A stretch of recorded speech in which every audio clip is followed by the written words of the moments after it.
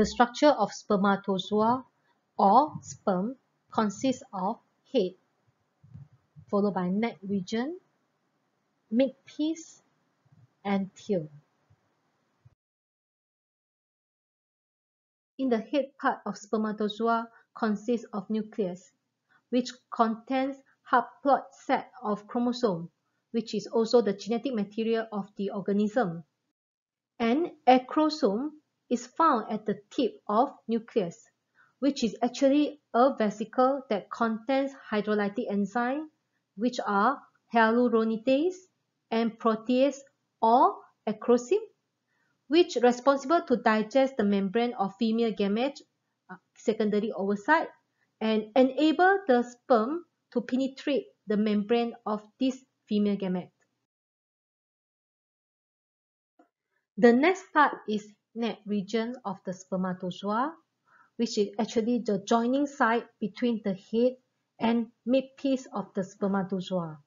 It contains the organelle centrioles, which arrange 90 degrees to each other, and the function is help in attachment of the sperm tail and also involved in the first division after the fertilization. Midpiece is also known as middle piece. Compared with other animal cells, it significantly found a lot of mitochondria, and the shape of mitochondria is specific, which is spiral shape.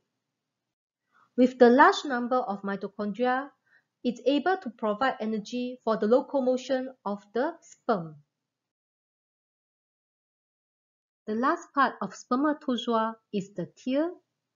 Under the cross-section observation, it consists of flagellum, which has 9 plus 2 microtubules arrangement. And the tail is important in the locomotion of sperm. This diagram shows the sagittal section of male reproductive organs. And the formation of spermatozoa or sperms occurs in testes, which is found in pair of a human. Each testis consists of the highly coiled tube-like structures, which are seminiferous tubules.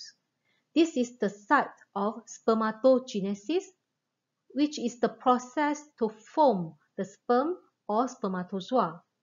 And if we look at this structure, the seminiferous tubules with a section, we can study more details how the spermatogenesis can occur.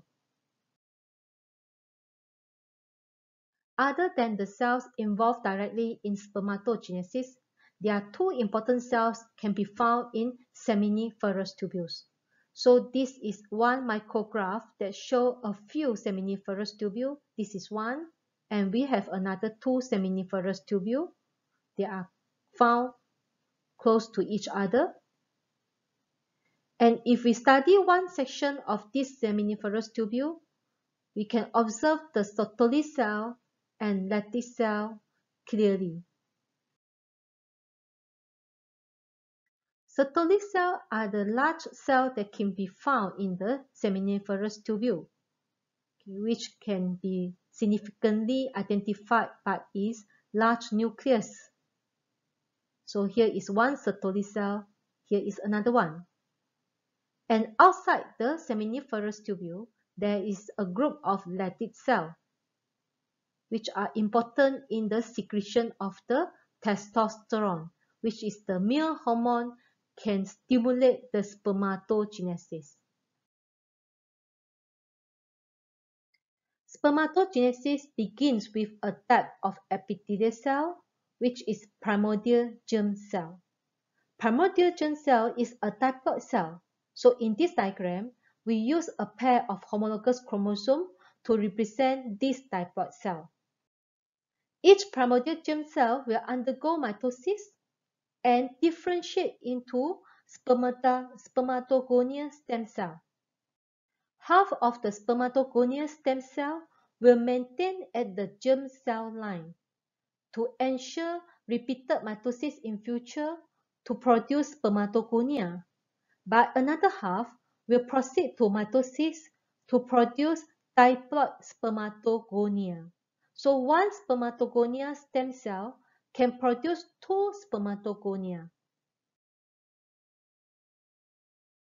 When a male achieves puberty, the spermatogenesis is stimulated by hormonal control, and it starts with the spermatogonia, which undergo mitosis to produce two primary spermatocytes, which are diploid cells.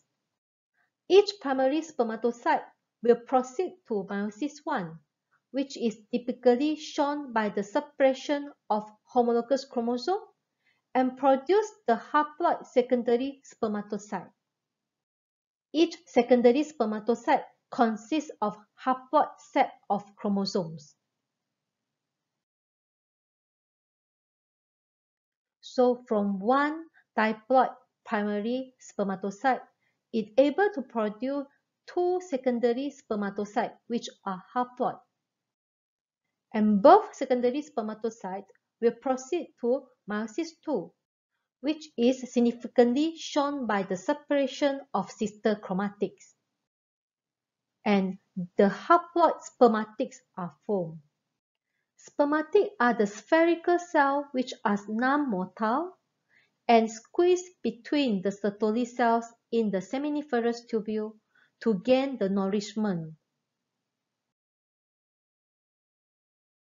And the four spermatids, which are haploid cells, will undergo a process called as spermiogenesis to become the spermatozoon or sperm.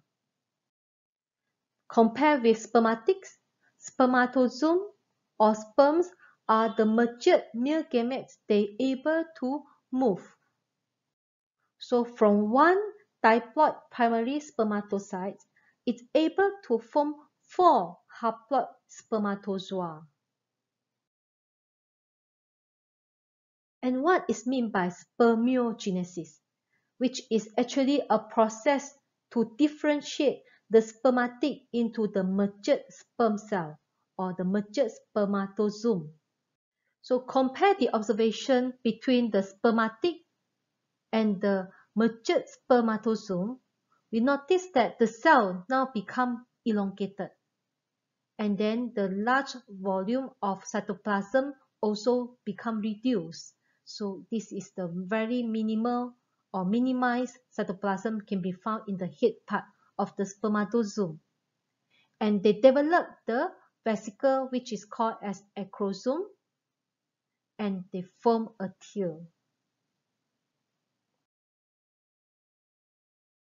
So with the aid of compound microscope, we can observe the normal sperm by focusing on their structure to differentiate it from the abnormal sperms.